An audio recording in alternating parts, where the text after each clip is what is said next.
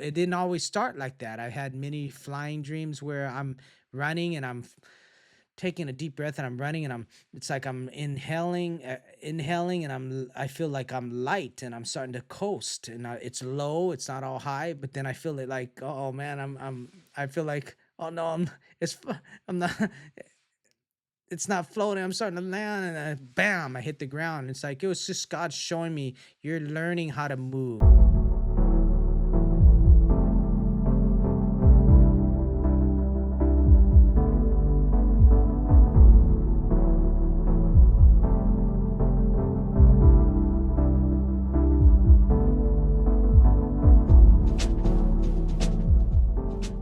So over the years, I've had dreams, flying dreams, and quite a few of them I've flown in front of people and around people, and I would land and I would explain to them or an individual or a group of people about uh, rising above, having the ability to rise above something and to about flying, how I'd share with them in the dream, and God began to, I'd wake up from those dreams, and there was a time where God began to help me to understand something about flying, and then what he would the Holy Spirit would teach me is having a heavenly perspective, if you will. When you have a heavenly perspective, you begin to, it enables you to rise above earthly circumstances. See, in this world we will have trouble, he says. In this world you will have tribulation, but rejoice, for I have overcome the world, Jesus said. Wow, isn't that incredible, man? It's always about him, isn't it? It's always about what he's done, that we are just partakers of. And then he says, rejoice, for I have overcome the world. In him, he said again, in this world you have tribulation, but rejoice, for I have overcome this world. Why does he say rejoice and I have overcome? It's because he's saying what he's done on your behalf, on my behalf. He's done it for us so that we would not walk and have to live life by ourselves, if you will, thinking we have no help, thinking we're left to our own devices or left to our own human effort to overcome something. Oh, thank God, man! And it's okay to feel a sense of weakness and a sense of inability in and of yourself, because then that's when the ability of God is takes over. As long as we're confident in ourself and our own human effort, God's grace can't really work. He gives grace to the humble, but resists the proud.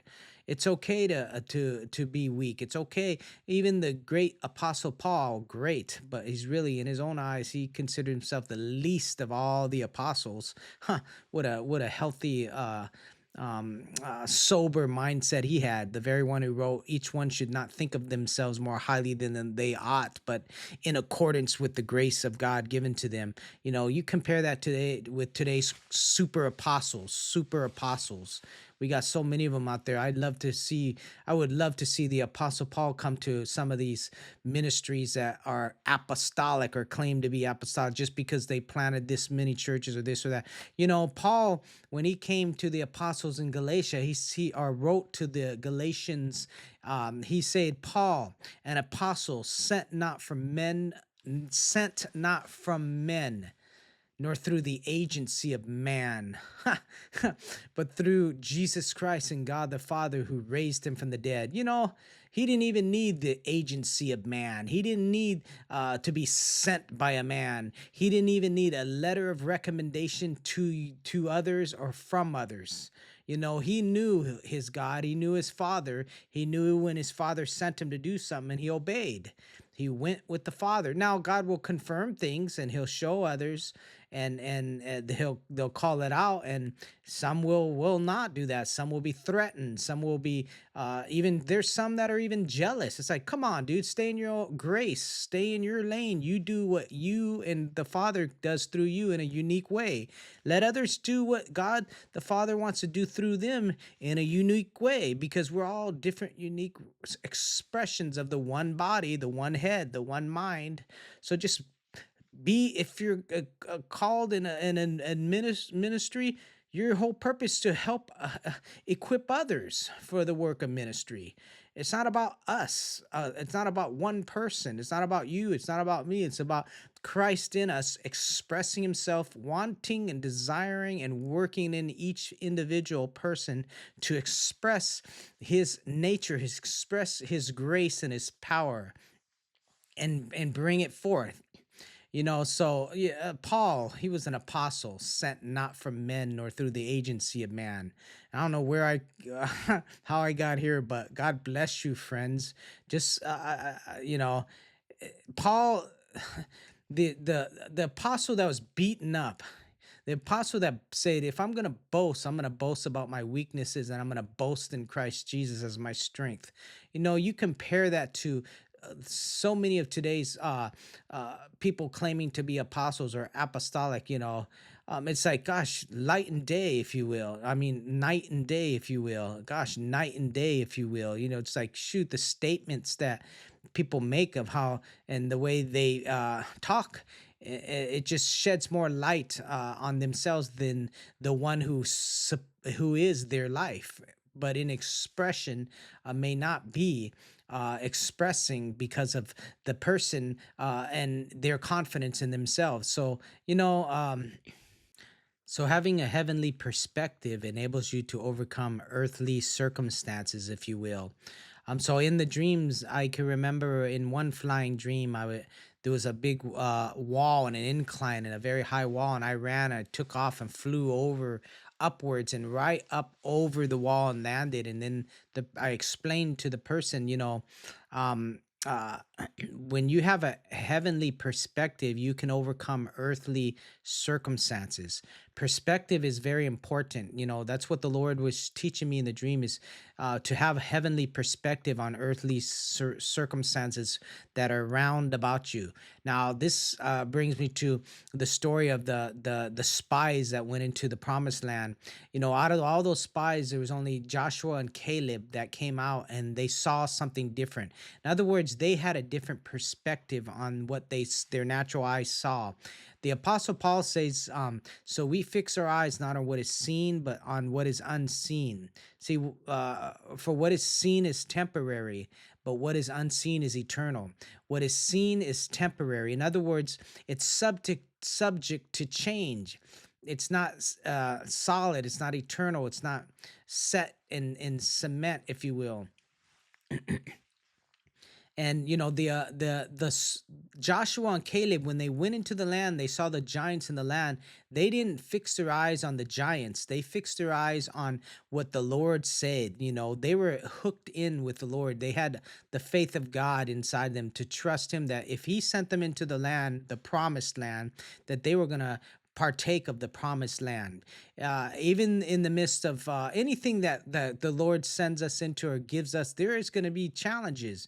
There is going to be opposition in things, that the enemy would want to oppose us, especially as it pertains to the plans and purposes of God being fulfilled. Now, we can just look at Jesus's life, um, when he came upon the scene, he was tempted by the enemy.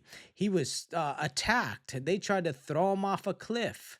They tried to do a lot of things against him. They accused him and hurled railing accusations at him, but he entrusted himself to the Father. And he had a different perspective. It was temporary. He knew that these what these people were doing, they did not know what they were doing. Even when he was dying on the cross, he was saying, Father, forgive them, for they do not know what they are doing. And they were ignorant. They were blinded by the God of this age. And so having a perspective, flying dreams often represent rising above a circumstance or situation in life. And the way we do that is to get divine revelation, the way get God's eyes, see how God sees, have his perspective set and established within you. When it's in you, it will set you and establish you. Joshua and Caleb, it was mentioned again. They say but Joshua and Caleb had a different spirit, if you will. These people that were with them, I think it was the other 10, when they went in there, they beheld the giants. And when they saw and focused on what was seen, they, in their mindset, their own perception, their internal perception, they had a mentality, we can call it a grasshopper mentality, because when they saw the giants, they saw themselves as grasshoppers. Like, compared giants to themselves versus Joshua and Caleb, they compared God to these giants. They didn't have that grasshopper mentality. They had the mind of Christ, if you will, and say they saw from heaven's perspective. The other spies, again, they beheld themselves, and we were like grasshoppers in our own eyes. They were like giants, and then they say, and we were like grasshoppers in our own eyes. That's important. What you focus on, you empower.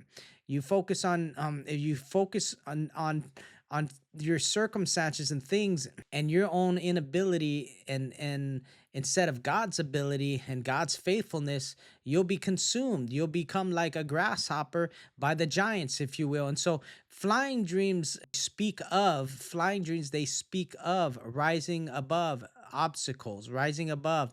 And it's a picture of getting divine revelation or divine perspective on an earthly matter. When you get God's heavenly perspective on your earthly matters, things will shift. You will shift internally. You'll think differently. You'll think with the wisdom of God. You'll think with the heart of the awareness that God is faithful regardless of the circumstance. Abraham was a man of faith. He was a man of flying. He was a flying man, if you want to call it. He was a man that flew. He knew how to fly. He knew how to fly. He knew how to rise above the circumstances. He knew how to float through life, if you will. But he was, yes, like he was human, like we are. Yet he experienced, his old body and the womb of Sarah, of his wife Sarah, that she was well beyond childbearing. But he did not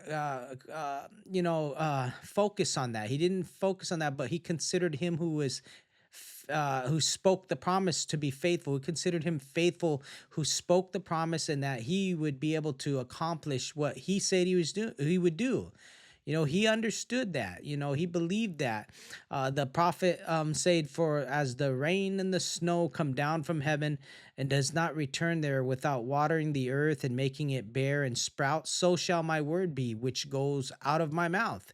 It will not return to me empty, but will accomplish what I desire and succeed in the matter for which I sent it."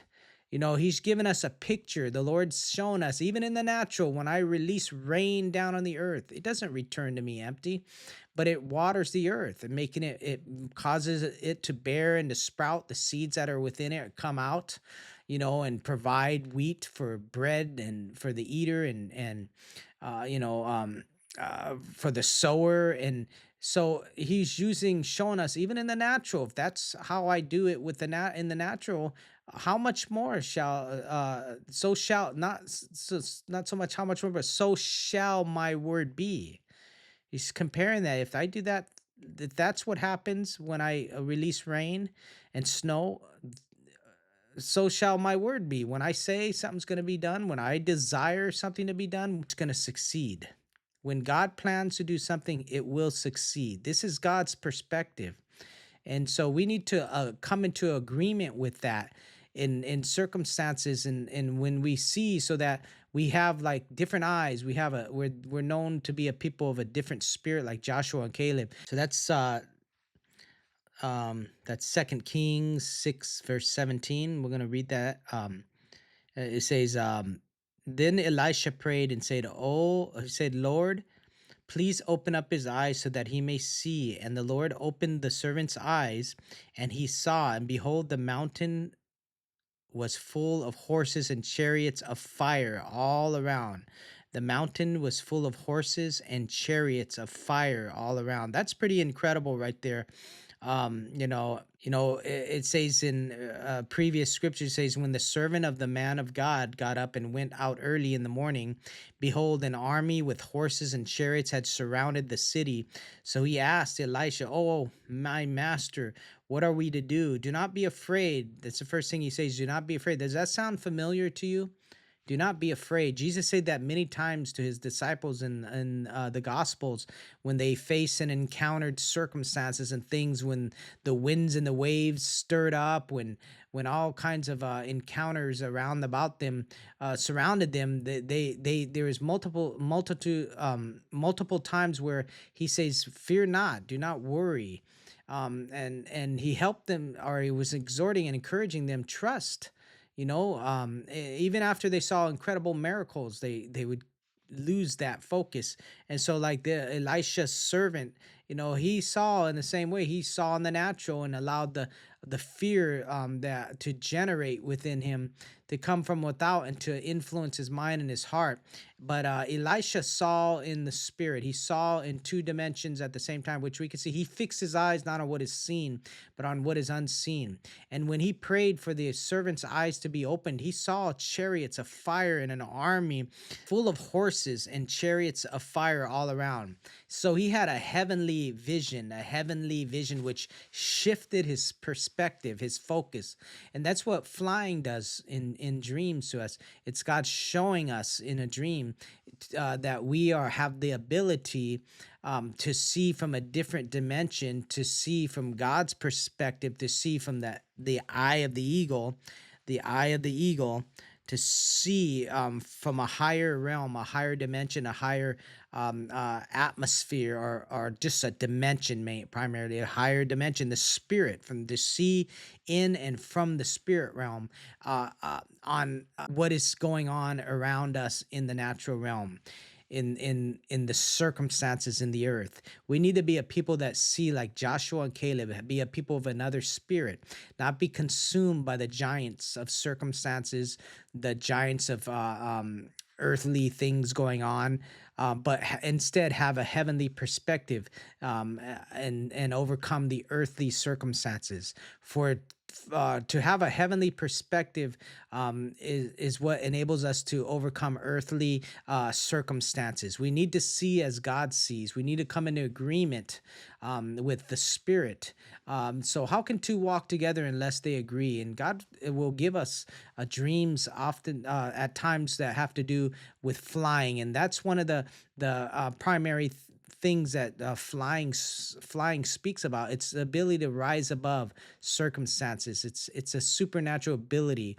It's not something natural, it's supernatural. You have an ability to rise above, and to move in a realm of the supernatural, if you will, a creative realm. That's another thing it has. It speaks of too, is the ability to rise above, ability to move in the supernatural, and ability to be operating a flow in a creative space, a creative realm. So these are the things that you'll get in dreams that I've had over the years. I've had dreams where I'm flying, but a lot of those dreams I'm landing and I'm showing others how to do it. I'm teaching others. That's what I'm doing right now.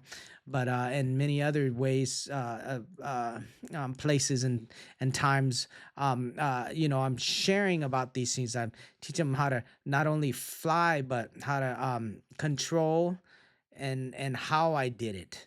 Now, it didn't always start like that. I had many flying dreams where I'm running and I'm taking a deep breath and I'm running and it's like I'm inhaling, and I feel like I'm light and I'm starting to coast, and it's low, it's not all high, but then I feel it like, oh man, I feel like, oh no, I'm not, it's not floating. I'm starting to land, and bam, I hit the ground. It's like it was just God showing me you're learning how to move. You're not flowing as I'm calling you to, but I'm teaching you how to move, and you haven't gotten to a place where you're flowing really, but you're learning how to grow in. You're growing into that. You're maturing into that.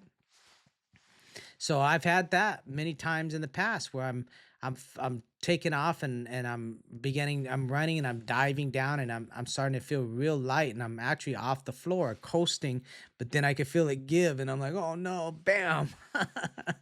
But that's part of growth, friends. That's part of learning and maturing and growing in the supernatural. In the supernatural. So flying dreams, they again, they represent that you're having an ability to rise above circumstances, to move in the supernatural, in a creative space, in a prophetic space. And these are the type of dreams that God will give you at times, flying dreams, even in people that are not that do not claim to be Christians, and they have flying dreams too. You know, they have an ability within them. God gave given them ability, a creative ability to move in a creative space. And so flying dreams is something I've had over the years, and I've seen a progression of where my flying has come to a place of going, being able to go high, being able to control it, being able to come down, being able to move. And there are times where I learned to fly and to stay low, close to the floor, which near my stomach, which represented, spoke of staying low, a place of humility, flying with my stomach close to the floor. And in those dreams, I've had a few of those dreams. And one of those dreams, I was being shot at by a woman with a bow and arrow, and I ran and I just stayed low. And in other words, the Lord was showing me, when you come under assault and attack by others, stay in a spirit of humility, and you'll be able to overcome. So, God bless you, friends. I hope you're encouraged in understanding this, an aspect of dreams, the topic of the of flying in your dreams and flying dreams. If you're encouraged, friends, hit that subscribe button if you haven't, and we'll see you again. God bless you.